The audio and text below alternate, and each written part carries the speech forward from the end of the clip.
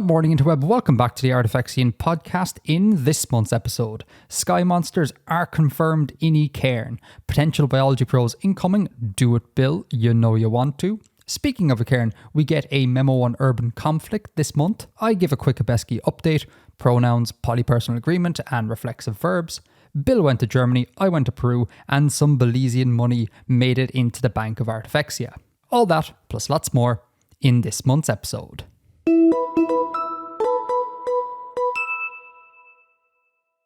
We've had technical issues, folks. We always have technical issues. So I'm going to do part one of the show again. I'm going to do assorted plugs and announcements. You okay with hearing this again, Bill? Yeah, I'm just going to make a cup of tea. There you go. Okay, I'm going to blast through this. Plugs, comms channels. You want to communicate with us. Two ways of doing it. Discord or email. We have a new Discord. I'm going to continue to plug this for the next couple of shows. If you want to talk to us via that medium, that is now an option for you. Links in the show notes. There'll be a dedicated thread for each of the podcast episodes in the podcast channel. That's number one. Number two, you want to go more old school. We have email. Again, there's a link in the show notes for that one there as well. Those are the comms things. Now, other announcement or other kind of PSA is I want to just give out a little bit about Patreon. Patreon is a means for content creators like myself and Bill to make a little bit of money from the content we make through audience membership, right? We all know what Patreon basically is. That sort of, I guess, mission statement kind of makes Patreon, all it makes Patreon is a third-party payment processor. That's all it is. But Patreon is uncomfortable with this. Patreon wants to be a platform. Patreon, I don't think, really likes the fact that there are YouTubers who are on Patreon, or there are Instagram influencers who are on Patreon. They really want people to be Patreon content creators, have their entire thing be on Patreon, as opposed to being, you know, an ancillary third-party payment thing. And the way they're doing this of late and are pushing it quite heavily is this thing called free members. And the idea is that people, when they sign up, they can hit, I want to join for free. And then they're allowed in, so to speak, except they can't see any of the content on Patreon because it's behind a paywall. The only reason this is here, as far as I can tell, is for Patreon to inflate their numbers and to try and bait you into, try to convert you. They're doing it to appease investors, I suspect. Big numbers must all go up. This is rubbish for, I think, everyone, because if you're on Patreon, you'd like to see the content. Free members don't see the content. It's rubbish for us, the content creator, because it's like we have all this big number, but it doesn't convert into actual earnings. It's just a bad idea all round, designed by corporate bigwigs. It's rubbish. So if you see the option, I would encourage you not to sign up to the free membership. You already are a free member if you're listening to this on YouTube or in your podcast player. It's insane. Please don't engage with this. And I can't turn it off. I've talked to Patreon support and they're just like, no, this is it. You got this. So yeah, there you go. That's my PSA. Happy with that, Bill? Very happy with that. It does seem like a bit of a useless option. Yeah. Like literally without use. Yeah, it quite literally is. When it first kind of got surfaced very prominently in the sort of UI, I was like, the hell are they smoking here? Like, this makes no sense whatsoever. And again, it's just drive numbers up sort of thing. So that's that. And then the final plug, or the one plug I want to make before we start the show proper is I was on Madeline James Wright's stream yesterday evening as of the time of recording. She's been doing this mapathon stream where she streams for an ungodly amount of time. And she's creating like a city map, or at least that's what the part I was on. I joined in one of the streams and I was doing some rock mapping at the same time. So basically two people mapping, chatting with an audience. I had such a blast. It was just really nice, really fun, really relaxing. So if you're interested, Links in the show notes. Go check it out. And in general, go check out Madeline James's stuff because she is a wonderful world building creator and I adore her stuff. So go over there, like, subscribe. Don't join as a free member. Oh, wait, no, she doesn't have a Patreon, so never mind. But like, subscribe, bell, all that sort of jazz. Support Madeline. It's just, she's wonderful. Great. Okay. PSA done. Public service Artifexian. Oh, public service Artifexian. We got a first and only bit of follow-up I have here. It comes from u/Rec Jensen. And it's following on from what we talked about last month about dragons. You remember, actually, do you want to give a quick recap on your stance on dragons? It was brought up whether dragons exist on Ycairn. And part of the argument was as dragons exist in all human cultures. And I kind of disagreed with that assertion. I think a lot of cultures have big monsters that at some point everyone translated them as dragons, but I don't think they really are the same concept, was where we ended up last episode. And Rec Jensen carries on this kind of trail of thought and says, on the lack of dragons in Ycairn, I think the emphasis on flying ships still demands some kind of large flying predator besieging shipping lanes at the periphery. And I thought that was quite interesting. It's like, you know, I'm thinking of Kraken or I'm thinking there should be a Kraken for the skies on this world based on how we kind of like dream up big scary monsters out in the wild sort of thing. And I wanted to put that to you. Do you have any thoughts on that? Do you think that's a given? Do you think this would happen? Do you think their stories would create these big monsters, etc.? Yeah, I reckon, like, because this planet is sort of rooted in the idea of being a planetary romance, then that just went a slightly different direction when I started thinking about it. It would make sense that that is one of the kinds of monster. And also it's as such, it's a low gravity planet, so it would make sense that it has big flying things. So yeah, a big flying predator that preys on shipping seems very plausible. Would you envisage it as being a literal animal or just a manifestation of like natural occurrences? Like they anthropomorphize big storms, etc. The big storm is a monster. You, based on what you said, it sounds like you'd be literal. Like it is just literally a giant monster up there. Yeah, I think so. I mean, as I said, the part of the planetary romance thing is that there are monsters. There are fierce creatures that must be overcome. So I think it would be fitting. I would encourage an entry into the Ycairn lore then. The Ycairn-iad. The Ycairn-iad. Perhaps, yeah, at one stage you could write about that. That'd be cool. That'd be really cool.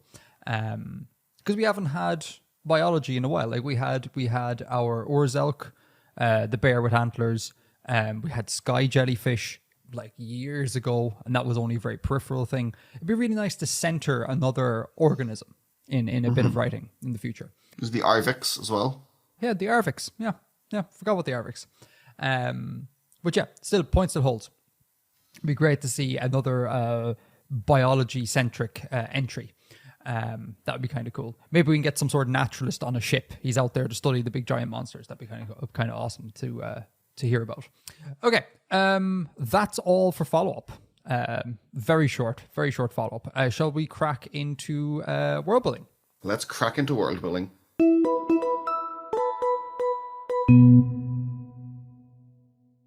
Things are changing in the political and the military landscape of Ycairn. As opposed to every other time where there's been no change at all. Yeah. Yeah. No, but specifically in how they run the political and military end of things. In response to everything else that's happened, a new development is on the horizon. And I keep forgetting to do this, and we should do this more often. Can you do a little spiel for any new listeners here as to what exactly this is? Because if there's a new person listening, they're like, things are changing it. What now? What's happening? No, I think we usually do that. No, we don't. I don't think we do it as often as we should do. Like, really, I think we should do it every single recording, because every single recording has a potential to have new people here. So will you humor me? Give me 30 seconds. What's going on for the newbies? So I am writing this ongoing story in a setting where mercantile and militarized mercantile companies dictate a lot of what happens in society. And it started off as a planetary romance. Yes. And then changed radically. Yeah, the monster turned out to be exploitative capitalism. Well, it didn't turn out to be. It was from the beginning. And this setting is, or this area of the planet is currently undergoing a kind of a large scale, widespread labor movement. And the companies are resisting it. As expected. Yeah. Okay. So there's a change up. So something is going to happen with these companies here. I'm assuming there's a change up in how they're doing things. Yeah. Yeah. Cool. All right. Let's go. Vati, it is clear the nature of the violence associated with our trade is changing. No longer confined to intercompany engagements along trade routes, destruction of free traders, or enforcing our contracts abroad, commercial bloodshed is becoming an unfortunate and commonplace occurrence to spires themselves.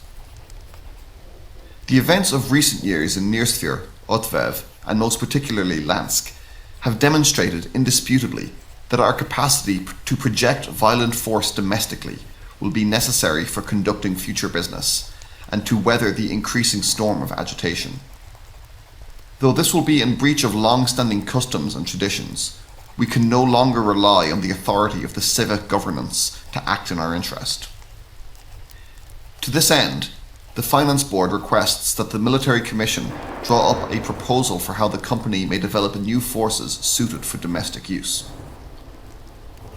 Without wishing to tell you your trade, we have several items of interest we request to be considered in this proposal, bearing in mind the Board is not lacking members with considerable experience in the armed elements of our business. The spires are, as we have seen, full of gangs of young braves with the vitality and courage suited to military usage. These represent a pre-existing population of recruits with significant local experience and knowledge. It may be prudent to engage these gangs at a remove. Openly employing gangs of street toughs will be damaging to the company's image and risk triggering further escalation of urban violence. It may be assumed that individual company agents will have contacts embedded in such gangs, operating under more limited authority. Is it desirable to bring these under more central control, and how may this be achieved? How may we limit the influence of our competitors in achieving these same aims? How can we limit the loss of these assets to the bailiffs, whether through recruitment or imprisonment? Haste in this matter is required. The other companies have doubtless reached the same conclusions as we have, and may have already begun to speculate on this resource.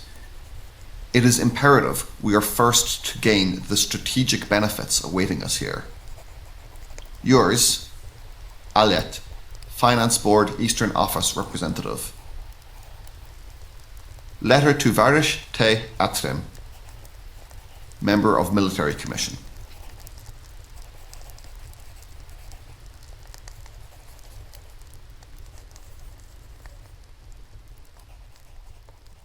Oh boy.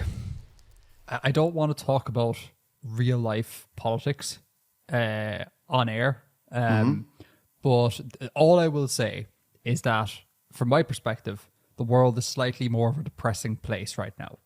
And it's just great, Bill, that you land this bit of prose on me. And I'm like, wow, that is really depressing as well.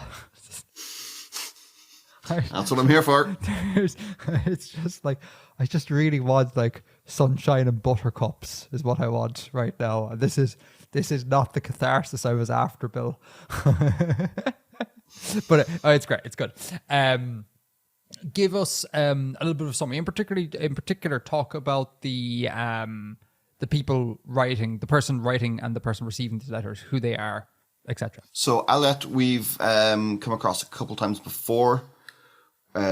we know that he is among the benefactors of our first ever Ycairn character, Ycairn-iad, who had a sort of a military disgrace and then was brought back in a slightly dodgy way and is off committing atrocities somewhere in the name of the company. Last we heard from him, that was what he was up to. And it was also Alet that sent the orders to Otvev a few episodes ago, where there was a risk of one of the companies capitulating to the strikers and reaching an agreement with them. So Aliet was the one who delivered the orders that this was not to happen, and the company were to... Alet's company, the Tamar company, were to subvert the process by which their rivals were going to capitulate to the strikers and reach an agreement with them, and authorize the use of violence to do so. So clearly Alet is some kind of powerful figure within the central echelons of the... Central echelons? No, the upper echelons of the Tamar company. And Varish is a member of the military commission, who I haven't developed any further yet. So the military commission is the part of the Tamar company that oversees their vessels, like their armed craft and their marines and things.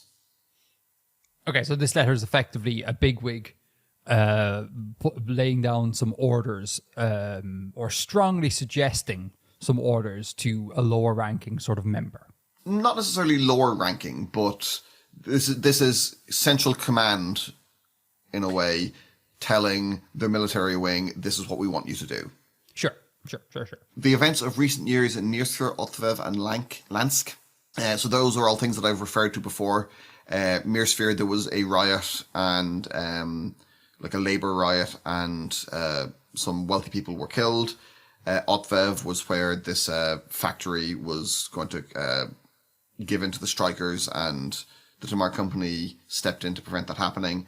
And Lansk has had a couple of events. There was a massacre of protesters a few years before, and then recently there was a large-scale insurrection where some of the city was taken over by strikers and agitationists. So that's what he's referring to here. And they're realizing that whereas before they would only be able to use their military assets under the authority of the city, that's not really viable for the way they want to do business anymore. So they're figuring out how they can project force within the cities. And there's a suggestion here that they want to do this covertly, like it may be prudent to engage these gangs at a remove rather than openly employing them, have people there to guide what they want to do, what they want the gangs to do.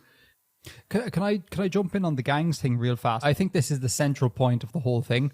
And I'm probably going to show my ignorance here, but this seems wild to me that like essentially a corporation, a trade corporation, is going to covertly subsume street gangs in order to like violently dominate their kind of home territory.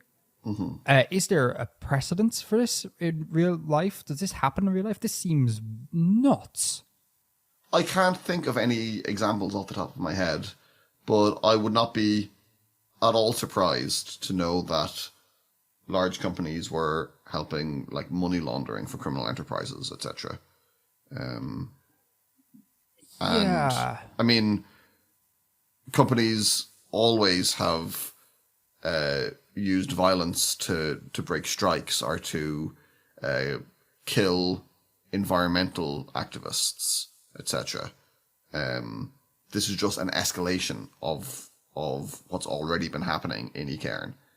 I mean, yeah. Again, I think it's a mad escalation, and I use that word like lovingly. I think this is a cool bit of flavor. I really like it. The thing, my immediate question was like, why? Because you made reference somewhere in the prose. I can't immediately see it right now. To that we can't rely on basically the governments of these cities to do this. Why not? Like, is it not? Would it not be in the interest of the people running the city to try and like keep their streets clean? So to stop agitators, because no one really wants violence on their home territory. Why are the government of these cities why do they seem to be so inept, and that the companies feel like they have to step in and perform this role? The governments won't necessarily be acting in the interests of the Tamar company. So they want control of that, because the governments of the cities might do something that, like, they want to quell violence generally, or they might do something that favors the companies equally and doesn't give an advantage to the Tamar company. So they want to be in control, that if there's violence going to be happening, that we have the upper hand in what happens and we can control our outcomes. And I guess, speaking of like advantages to other companies, the letter implies that, because they're saying the other companies have doubtless reached the same conclusions. Is that actually the case? Are all the companies thinking like this, or is this a uniquely Tamari position? They probably have been thinking along similar lines, but I don't think anyone has acted on it yet. The Tamar company are very innovative and forward-thinking in their malfeasance. That's kind of why they're so successful. They will take bigger risks, and they will go against traditions more easily if they think it gives them an advantage. And remind me, why can't they use their marines? Like, why do they need to go covert here? Because if I'm the Tamari company, right, all this agitation is happening. It's bad for business, right? You can position yourself as the hero of your home territory by sending in your marines to quell the nuisance, all the nuisances in the population. Why can't they just do that? As opposed to, like, having to covertly employ gangs to kind of, I assume, bring violence down upon agitationist elements. Deploying militaries against civilian populations is not a great way to endear yourself to civilian populations. Well, that's if we assume the civilian populations are kind of homogenous. But if you can very easily set up an us versus them situation where it's like the military is not being deployed against civilians; they're being deployed against agitationists, and they're not like real Abhéskii people. So therefore, it's fine. Like, I could totally see a propaganda system arising to make that happen. Yeah, and they can do that. And this way, they can also do it more subtly. So they have more options this way. And it's not setting up an us versus them. It's setting up, these guys who are already us, these gangs who are already Abhéskii, this is expressing what the people on the street, what the groundsfolk feel. And it's not the Tamar company doing it, or it's not seen as the Tamar company doing it, because it's not clear that they're being sponsored by, or they're being protected or whatever by. That makes perfect sense. They've their fingers in multiple pies. Yeah. And they'll go with whichever pie kind of tastes the best. And, you can disavow it much more easily. It's like, no, we didn't send our Marines to smash up the factory that our rivals own. That was just a riot. Or, it wasn't the Tamar company that burned down that city block and killed all those people. That was just, it went out of control. We didn't do it. Remind me again, right? Sorry. In response to that makes perfect sense. Sorry, I just went on a straight tangent there. Remind me again, the attitudes, because we hear an awful lot coming from the companies, right? We hear very little coming from groundsfolk. Not none, but very, very little. What is the general sentiment here? Like, is the general sentiment on the ground, like, company good in the cities? Is it agnostic? What's the sort of jazz here? Like, if you had a perfectly democratic system here, where the people could literally get their will, what would that be? How would that manifest? I would say the situation at the moment is softly sympathetic to the agitation. Softly sympathetic. Okay. Yeah. Like, we don't like all of the riots, and we don't like the upsetting the status quo, but we would like to actually be paid better. Okay. Yeah, and I guess that's a dangerous place to be for your company, because that can quickly turn into a hard alignment with the agitationists. Yeah, makes sense. Boy, I mean, that's such a like terrifyingly depressing thing to read. Like a company whose overt shtick is just doing trade is now beginning to incorporate gangs into their structure to bring violence to the people on their home turf. Like, that is, I just imagining living in that sort of scenario and being like, oh boy. Oh boy. Yeah, that is depressing. Have I missed stuff? What have I missed? Let me see here. So yeah, just as I said, it's breach of long-standing customs and traditions for them to deploy or use force in cities without the approval, or often just like being hired by the local authority. It may be assumed that individual company agents will have contacts embedded in such gangs already. So this is probably something that's happening on a limited scale already, that if you're a guy in Mirsphere, you may have people who work for you already in a gang, and that they will do stuff for you. And this is just trying to formalize that, or seeing, is it possible to formalize that? Is it possible to make this a more centrally controlled thing? So in a sense, it's not actually that much of a new scenario. It's just formalizing something that kind of already exists. And all of this isn't really changing things, because the violence has already happened. That seal is broken. Yeah. The society has changed, and this is them responding to that. And how can we limit the loss of these assets to bailiffs, whether through recruitment or imprisonment? So, yeah, street toughs go and become cops. Oh, when they said whether through recruitment, I thought that was recruitment into the companies, but yeah. No, you're a scumbag with a streak, with a penchant for violence, and not a huge number of prospects. We'll just go join the bailiffs. Yeah, geez, it's a great time to be a gang. Look at that. You got employment opportunities with the cops, with the companies. Like, it's just the market is just, the jobs market is great for these gangs at the moment. So many options. Continue with your gang career. Great stuff. That's, yeah, sorry, I have that highlighted actually.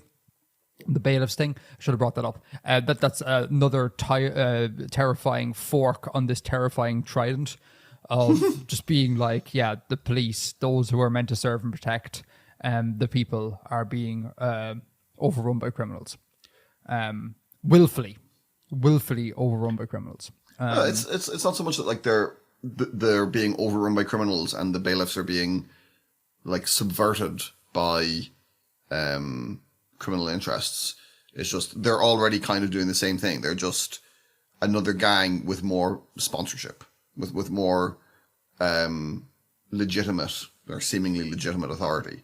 They're the ones who go and crack heads, but the city tells them to do it. Yeah. I guess overrun was the wrong choice of words there. I think I was going for something like just incorporated into the structure sort of thing. But yeah, that's terrible. It's just so bad. Nice bit of prose though, but terribly depressing scenario going on in the cities.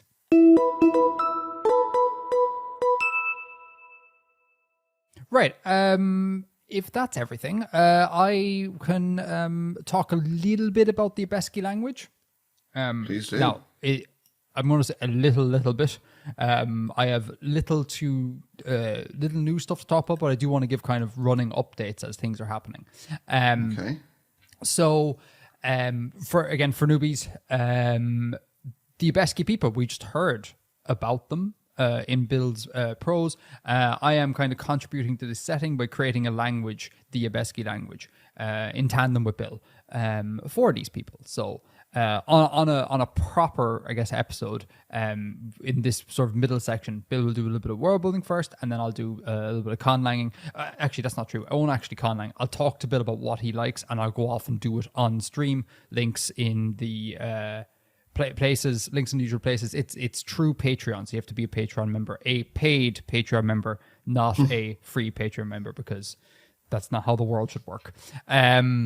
So we're in a spot at the moment with the language where it's just, there's a lot of time consuming niggly things I need to do, like drawing up just an ungodly amount of tables. So progress is occurring, but it's just very slow, and it's not been helped by the fact that I was gone for a whole month, as we previously mentioned, on my honeymoon. So obviously no progress occurred there. I had naive hopes that I would like do a little bit of conlanging up in the Andes, because I was told there'd be a lot of free time, that you could just sit around and read a book. And I was like, oh, I'll bring a little sketch pad and work on the thing. But of course, that didn't transpire. All the free time was dedicated to just crying, because you're just physically exhausted.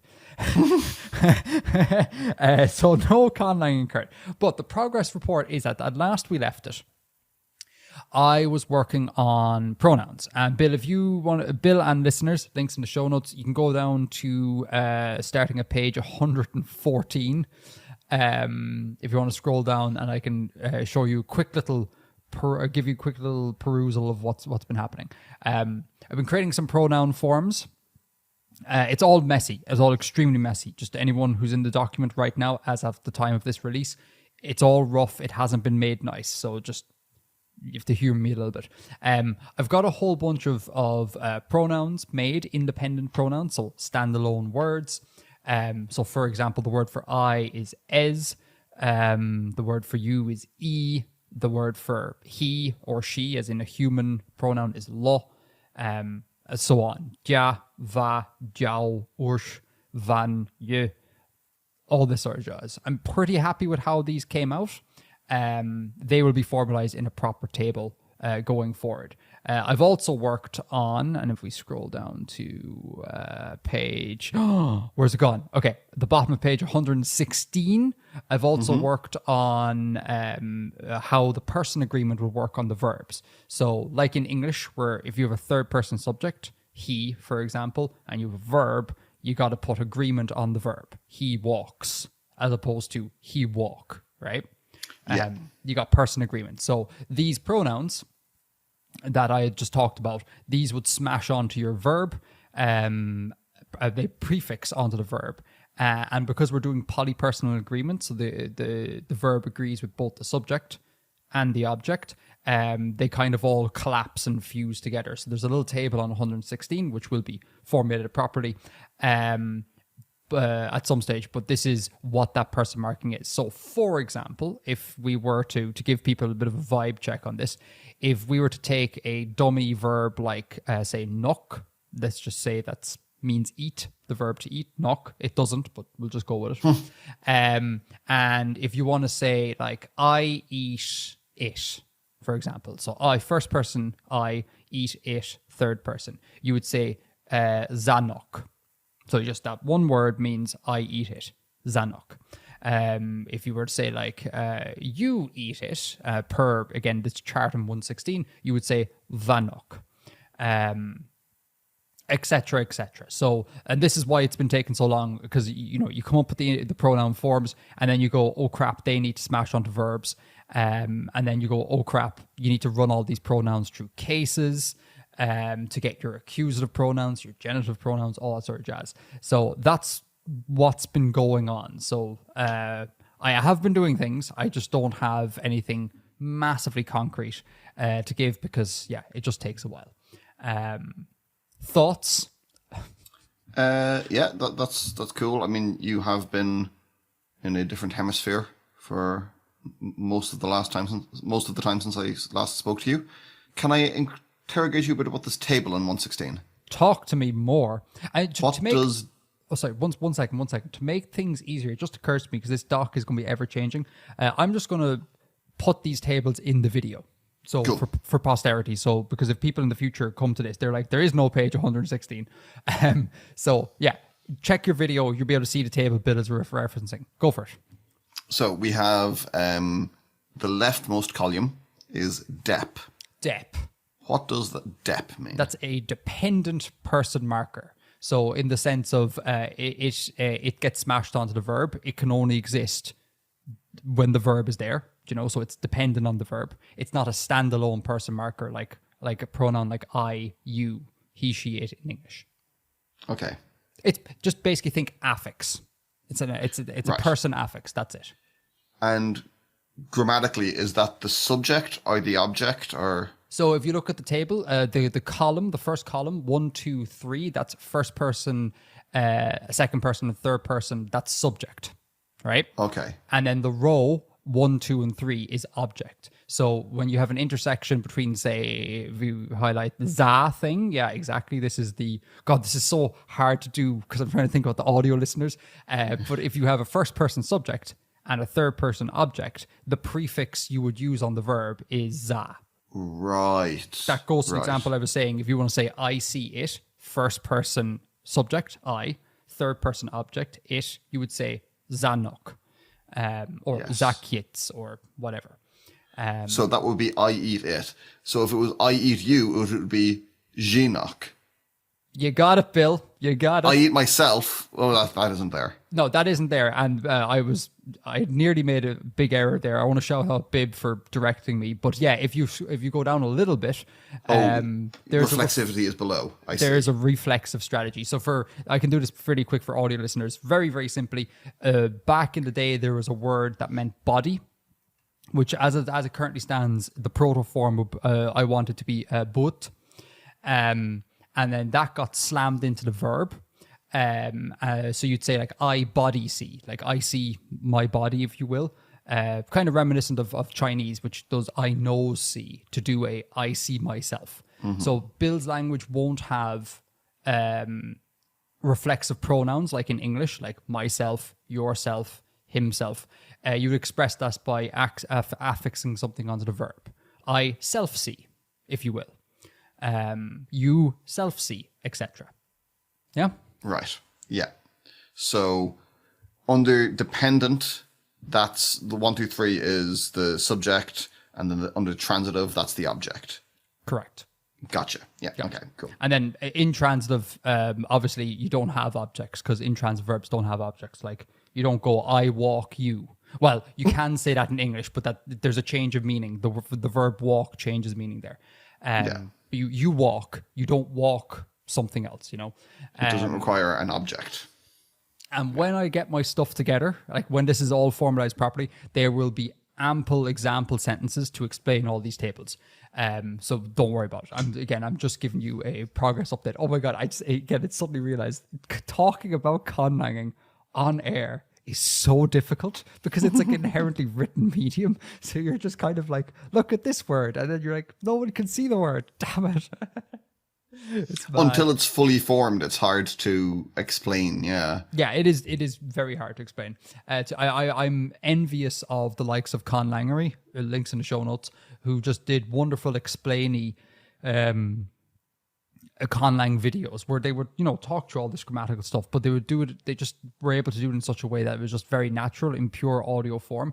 I do not have said skill. At all. Actually, just a quick little tangent. This should really go in the agreement for the Peru section, but it's relevant to conlanging.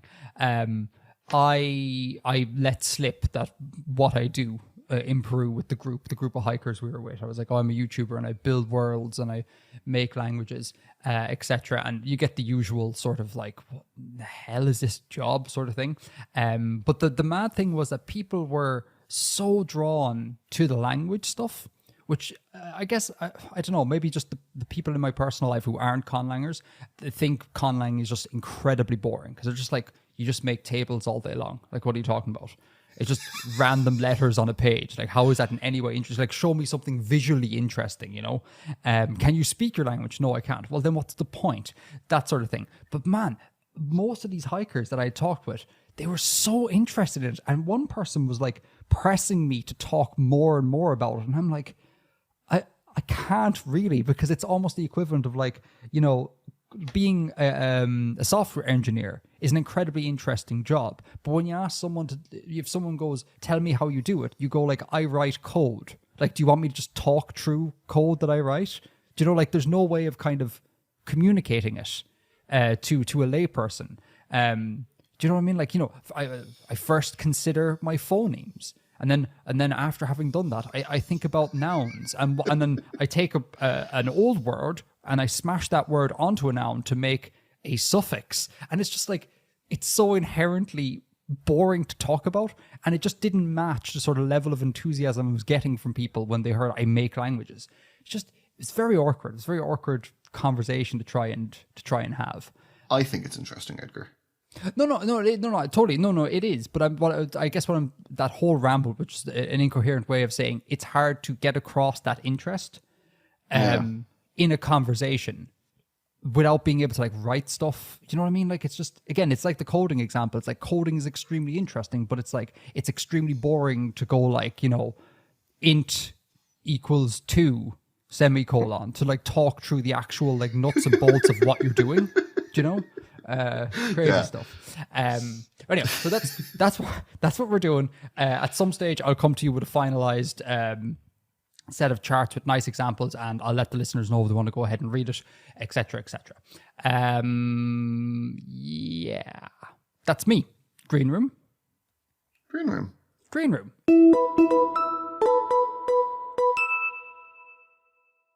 Selfishly, I'd like to talk a little bit about my honeymoon, just because some fun things came up. I mean, I think you get that. I think you get that privilege, Edgar. Thanks, Bill. And then we have a little bit of Bank of Artifexia. So I do want to try and rattle through honeymoon stuff as soon as possible, because like not that I'd rather, but I really want to talk about the wonderful Sam the Barber. So rein me in here, Bill. Sure. But I guess first of all, you were in Germany. Do you have any fun stories from your Germany adventures? If not, no probs. Up to you. Yeah, I did a couple of fun things. I went to see Sungazer. Links in the show notes. That is Adam Neely's band. Adam Neely is for anyone who doesn't know, he's an absolutely wonderful, I guess, like music theory essayist, if you will, and gigging musician. Great. Absolutely great. Music nerds, you gotta go check him out. Sean Crowder is the drummer, who's also a YouTuber. Also a great YouTuber. Yes. And he's, as far as I can tell, I'm not a drummer by any sense of the imagination, but he seems to be a very skilled drummer.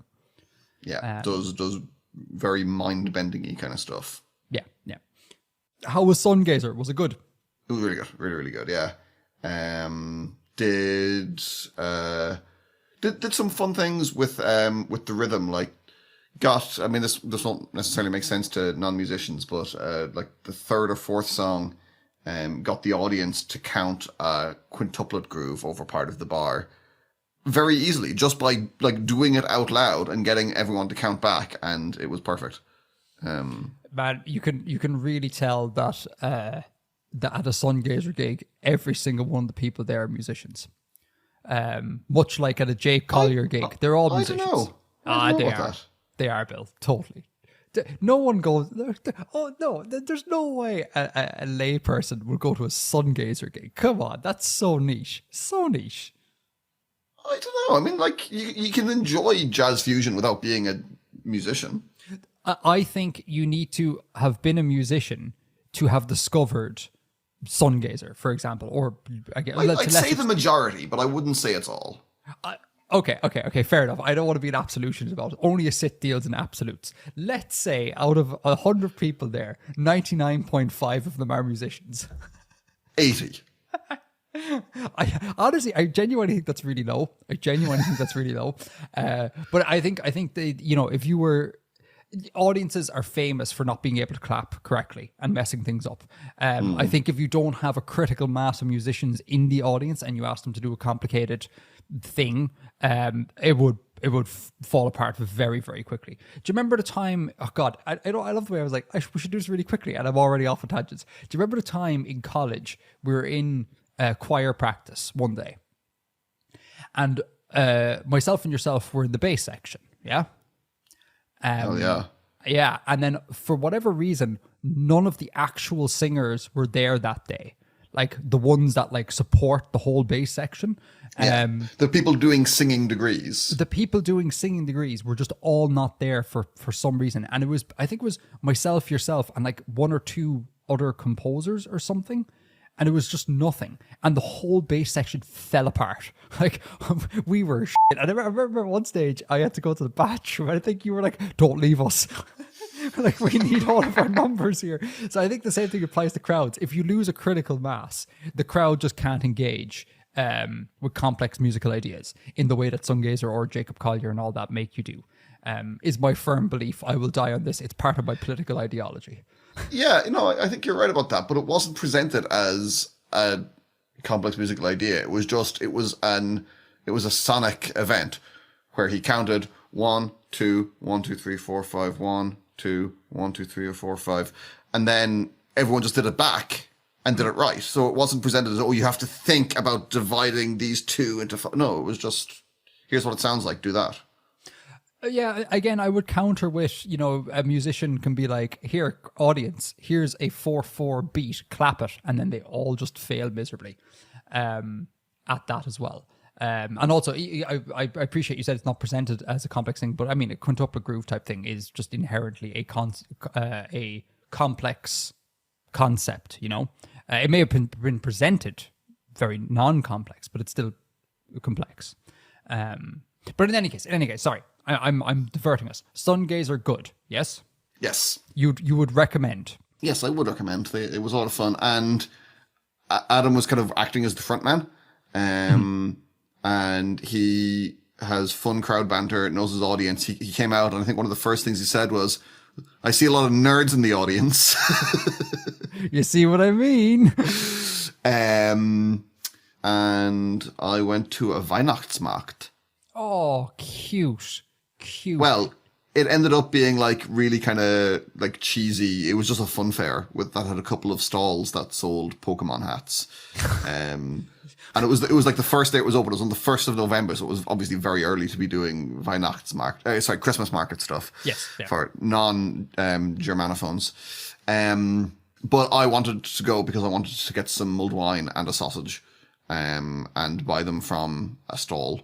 And I did. I achieved that aim, so that was good. That was a success. I was going to joke and be all like, "How was the mulled wine and the currywurst?" But sarcastically, as if like you just went and got the traditional thing. But it seems like you went and got the traditional thing.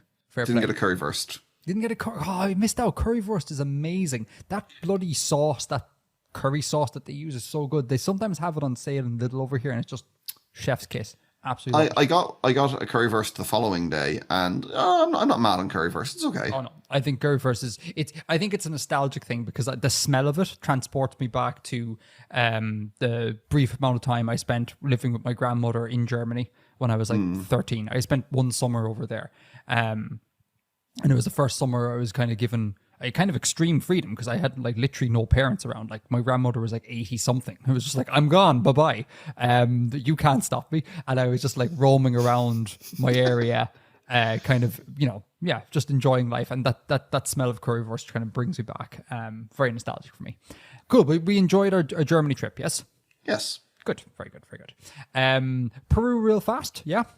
Please, take as long as you want. I'm dying to hear about it. No, Jason, we can't do that. No, I can't, because it's a whole month worth of stuff. I could be here all day. Fun facts, right? We went and seen the Nazca lines. I'm sure everyone here knows what the Nazca lines are, but links in the show notes if you don't. Take home from this, Nazca lines are really small.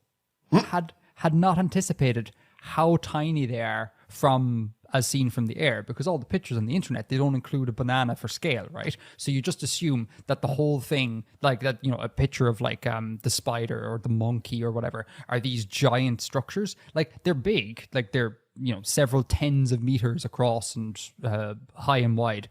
But from the air, they're just so small. So like the little dude and the pilot and Cessna would be like, everyone look to your left, you can see the monkey. And half the time we were like, where is the... Oh, it's that really small thing over there.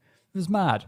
I have now met 4 Edgars in my entire life, and 2 of them. I've met 3 Edgars. I am one of the quartet. 2 of the Edgars I met in Peru. Our hiking leader was called Edgar, and a guy who runs a camp that we stayed with was also called Edgar, and I don't know why I didn't get the captain to take a picture of the three of us together, three Edgars in a row, because it's a novel experience. I never meet other Edgars, and these other Edgars rarely met other Edgars as well. They were like, oh my God, like our expedition leader was like, Edgar? And I'm like, yes, Edgar? And he's like, yes, Edgar. And he's like, wait, Edgar without the D at the end? Like not Edgard? Because apparently he think that that's more common. Maybe it is in Peru. And I was like, no, Edgar with an R at the end. And he's like, oh my God, this never happens. Look at us being Edgars together. It was so much fun. And I like it's so nice. Weird because like I'm assuming you would never experience this because there's 100 million Williams or Bills out there. But for me it was really weird. It was really trippy. And obviously for the whole hike then people would be like, Edgar, where are we going next? And like my ears would pick up because I'm the only Edgar in the room always. But sure, they weren't talking to me. They were talking to the tour leader. And it was so weird. And I was kind of like, how do normal people function if you're a Michael and you hear Michael? Do you just block that out as noise after a while? Or are you literally always being like, me? Are you talking to me? Is it me? Mad experience. Never experienced that before. So that's the 3 O's of Edgar's. The fun little language nerdery stuff, if I may. Please. I was on a bus up to a salt flat. And I got talking... Awesome. Oh, well, the salt flat was pretty underwhelming. Like, it's not like the Bolivian salt flats. Did it taste salty, though? I did not taste the salt because that is gross. But a lot of people do. Well, I mean, it like the salt flat was covered in a bunch of flamingo poo, and like tire marks from not ATVs. Are they ATVs? All-terrain vehicles, yeah, ATVs. Like Quad bikes, yeah, exactly. Quad bike is such a silly sentence or silly phrase. But anyway, go on. Is it quad bike? Well, because bike means two. Yeah, it does. Yeah, you're right. Yeah, that's a really stupid thing. But yeah, it was just gross. I wouldn't have tasted it. But yeah, if people want to, that's fine. Eat salt, it's grand. But anyways, I got talking. We're on this bus up to the salt flats. I got talking to a Canadian couple, and I was like, "Oh, I'd love to one day visit Canada. There's this little place you probably never heard of it called Lillooet. I'm really interested in one day going because." I do this linguistics thing on the internet, and at the moment I'm studying a language called Statimchets. If someone wants to know more about that, you have to become a main channel patron. And I'd love to go there and find a local and try and learn from them, etc. And then the person turns to me and is like, I'm from Lillooet. And I'm like, get out of town. And like Lillooet's a tiny little place, like it's not big at all. And like this person was just so amazed that someone from the other side of the world knew about and showed an interest in that area and like that kind of culture. And it was just such a weird little, crossing of paths, Yeah. It was just, and it was really lovely. Nice. It was really nice. It was really sort of like bringing like humans coming together sort of thing. It was really cool. The final interesting thing, like I don't want to talk about like Machu Picchu and stuff because it's like, it was beautiful. It was lovely. There's not much to talk about there. We went on lots of hikes, etc. But the final thing I do want to talk about is guinea pigs. I ate guinea pig. Yeah. So I've said this before, I'm a vegetarian usually, but if I go abroad, I like to sample the local cuisine, which invariably nearly always means eating meat. And so the local cuisine in Peru, I did not realize this, but it makes sense, is guinea pigs. Lots of locals will eat guinea pigs over there. And quick review on guinea pig, I would not recommend it, not because it's gross or icky or anything. It tastes like, dare I say it, chicken. But it's a very fiddly meat. Like there's not an awful lot of meat on the bone, and you kind of have to, it's just hard to eat. Like think of like a chicken wing or something like that, but with even less meat. So it's just awkward. And I don't know if there's such thing as like a guinea pig steak or something. I never got that served. It was always just like, either the full animal or just like a thigh or a wing. Interestingly, the first guinea pig I had was a deep fried guinea pig, and it came with its lungs and heart still on the animal, which was a bit disconcerting. But I managed to make my way through that, so that's fine. And the main thing about guinea pigs I want to talk about is this is such an obvious thing. Like everyone knows this, but it was kind of like it happened in real time, I suppose. The group we were with were very not into experiencing the local cuisine. Actually, it's not true. Like, they had alpaca meat, but they weren't going to go wild with the wilder things. And guinea pig for them was included as a wild thing. Like a crazy, like how could you ever eat that? That's so gross. It's a rodent, or it's cute and you can't eat cute things. And without being a real dick about it, I tried to push back a little bit, and I was like, well, cows are really cute. I don't know if you've seen a cow recently. They're so cute with their little pink noses, and like, oh, they're so lovely. Cows are extremely cute. They're extremely cute. And like, if you ever watched a video on the internet of a cow being really happy and they do their little frolic dance thing, oh, it's just adorable. And sheep are really cute as well. Goats are really cute. Like, lots of the animals we eat, I think, are really cute if you don't just see them as being a hunk of meat in the freezer section of your supermarket. So I tried to be like, all these other things are cute and you eat them, and then you're kind of like, yeah, no, but that's different. Like, and I'm like, well, it's not really here. Come on. And then they're sort of like, yeah, but they're pets. But then I was like, people eat dog around the world. Like, a pet is just an arbitrary thing. Like, we've decided that these things will be pets. And like, you know, what about cultures where they don't eat cows? You know, like that would be, I know it's not pets for Hindus, but it'd be the same sort of thing, like a sort of culturally important animal. You don't eat that, but somewhere else you do. And essentially, like, from a lot of people, it was kind of like, oh no, guinea pig bad because I don't know it. It's something weird. And I was just kind of like, that's a very odd position to kind of take. And the one thing that I got my back up a little bit about, I promise this is the last thing, is the sort of overt and loud declaration stating that Peruvian culinary traditions are gross, right? Or eat guinea pig. So like in a restaurant, I'll be like, oh, I'll have a guinea pig dish. And then people in the group would like loudly say these things like, that's so disgusting, how could you, etc., while being served by like a Peruvian waiter, do you know? And being surrounded by other Peruvian people. I'm like, you don't just like loudly for all to hear talk about how disgusting another, you know, culinary culture is. Do you know what I mean? That really kind of got my back up a little bit. It's not disgusting. It's just another form of meat, and people aren't lesser for eating said meat, you know? So that I really had to pull myself back from really pushing hard back against that. Like, just be like, hey, let's not disrespect the Peruvians here. Come on. But yeah, that's just one thing that stuck out to me. Meat-based hypocrisy and cultural snobbery.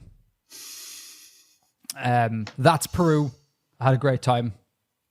Let's do some Bank of Artifexia. I'm delighted to hear you had a good time, man.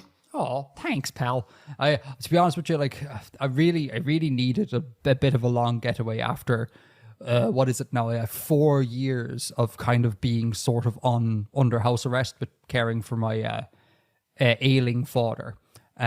It was just really nice to kind of get away and LARP having freedom, which sounds really depressing, but I'm sure people, really young kids, or if anyone is looking after elderly people or, you know, people with disabilities that require an awful lot of your time and attention, it is nice to get away and just kind of be normal for a bit. I think I really needed that. So I'm glad I enjoyed it as well. Okay, Bank of Artifexia. How are we for time? We're good for time. We're doing well. We got a entry from Samuel the Barber, and as always, Sam seems to be our letter. We should call this segment just Sam's Corner, the Barber Corner, because Sam loves writing letters to us, and I love receiving said letters. So Sam, as always, has written this wonderfully crafted, beautiful handwritten note, which I won't put in the show notes because, you know, I'll just keep it private. They've included $2 Belize as a note. This will be in the show notes. Check it out. And the Bank of Artifexia money map will also be in the show notes. For new people, If you have a banknote from a country that's not on the list and you'd like to send it to us with a letter for us to read out on air, you can do so. Postal address, the PO box is also in the description. So $2 Belize dollars, which translates to €46, 49 US dollars, 38 Great British pounds, and just for the lols, 6.51 times 10 to the negative 6 Bitcoin. Because that's an important conversion to have. This is the really fun thing about this note is Samuel saying that the obverse, I think, features some old woman, or it features an old woman. And if you go into show notes, it's not just any old woman. Like it's quite clearly Elizabeth. But I just like the idea of like, that's some old lady. I don't know. Whoever she is. I think that is, I laughed out loud when I read that. I thought that was so cool. And then we got the other thing I want to talk about. Thank you, Sam, first of all, for the note. We did not have Belize, which is great. The other thing I want to talk about is what looks like should be a separate letter. So maybe something went wrong in the PO box stuff. But I'll include this in the show notes as well if I can, because it's very, very long.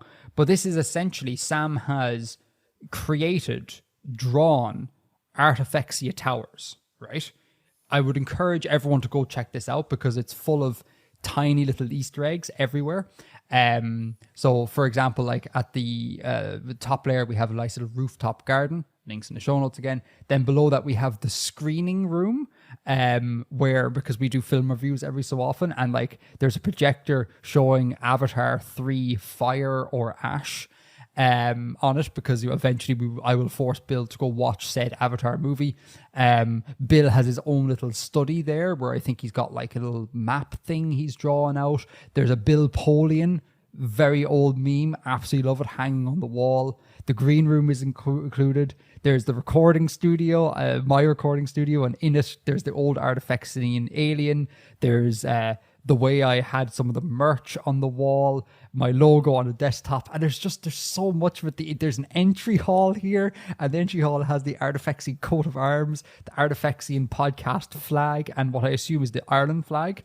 The Bank of Artifexia is a vault. Might be the Bill Polian flag. The Bill Polian flag? Yeah, so when you did the Bill Polian character, you did a flag with it, which was, the colours were a mix of the Irish and French tricolours, and the proportions of the flag were the French naval jack. That is a deep cut, and I think that might be what's going on. So it just... given the overall level of detail present here, I think so. This is great. It's going in the show notes. You got to go check it out. That's so good.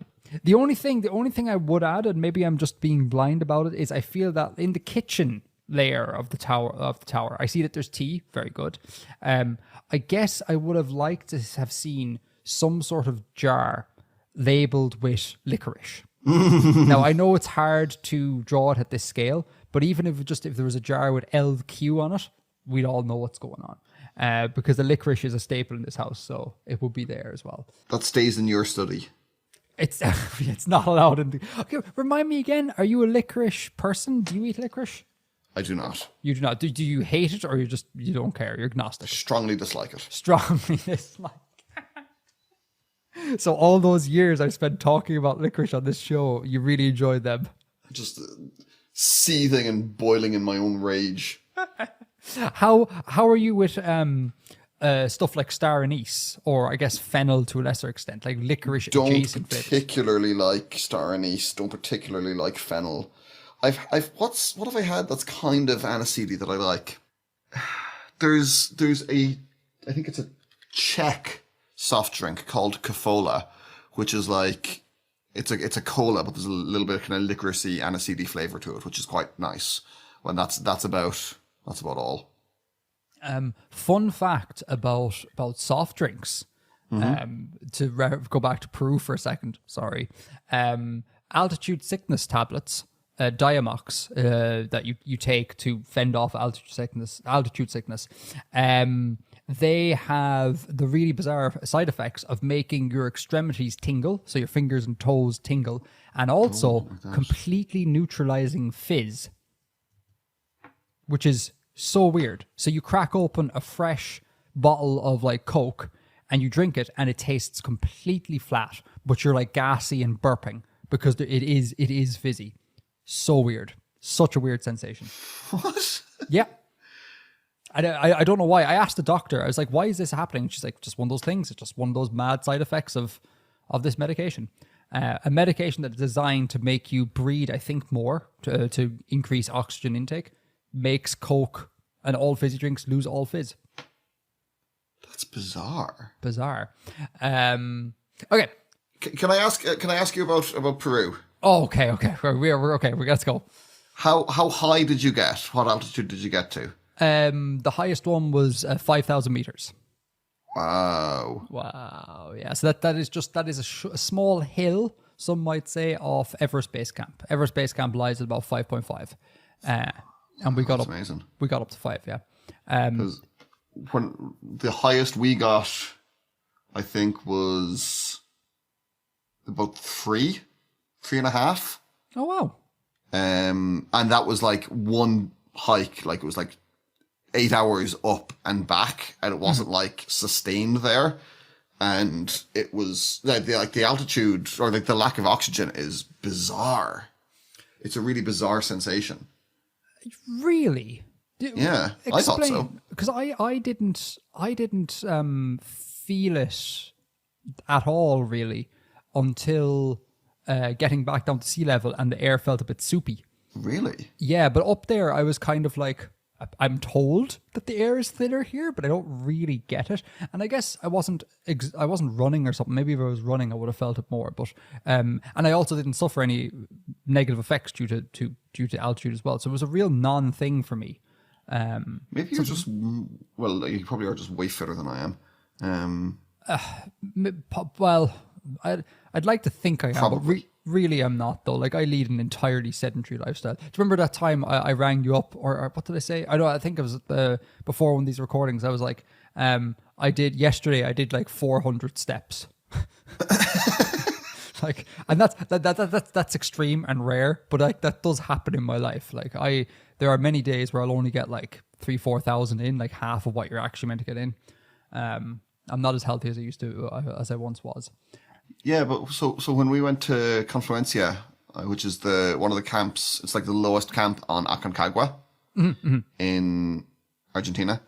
So we got a bus up to like the start of the trail, and we set off, and we were just like going uphill, and about like 5 minutes in, and it wasn't like a difficult hike; it was actually like a paved road for the start. About 5 minutes in, we were all like, lads, I'm dead. Like I am absolutely wrecked. Just super quickly.